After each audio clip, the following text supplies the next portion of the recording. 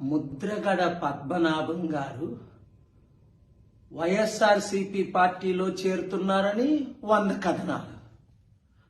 ఇప్పుడు ఆయన చేరట్లేదు, టీడీపీతో చేరుతున్నారు, జనసేన పవన్ కళ్యాణ్ ఆయన కలుస్తున్నాడు అని. ఇంత టైం వేస్ట్ చేయడం దేనికి? ముద్రగడ పద్మనాభం గారు ఏమైనా ఒక స్ట్రీట్ పొలిటీషియనా? ఆయన ఒక ముఖ్యమంత్రి అభ్యర్థి. ఆయన మూర్ఖుడా? పవన్ కళ్యాణ్తో పాటు కాపుల విరోధి అయిన వంగవీటి రంగాను చంపించిన వారి పార్టీలో చేరటానికి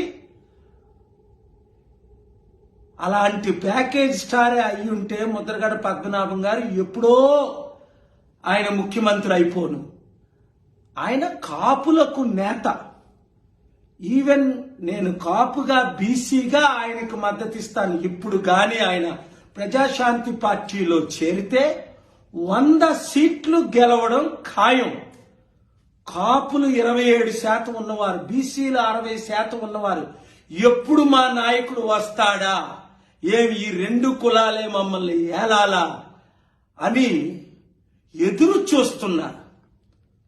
కనుక ముద్రగడ పద్మనాభం గారు మీరే డైరెక్ట్ గా మాట్లాడి, నేను టీడీపీలో చేరట్లేదు, ప్యాకేజ్ స్టార్ పవన్ కళ్యాణ్ జనసేన పార్టీలో నేను చేరితే ఆయన కాపులందరినీ మరలా తెలుగుదేశం పార్టీలో చేరితే ఇంకా కాపులకేముంది?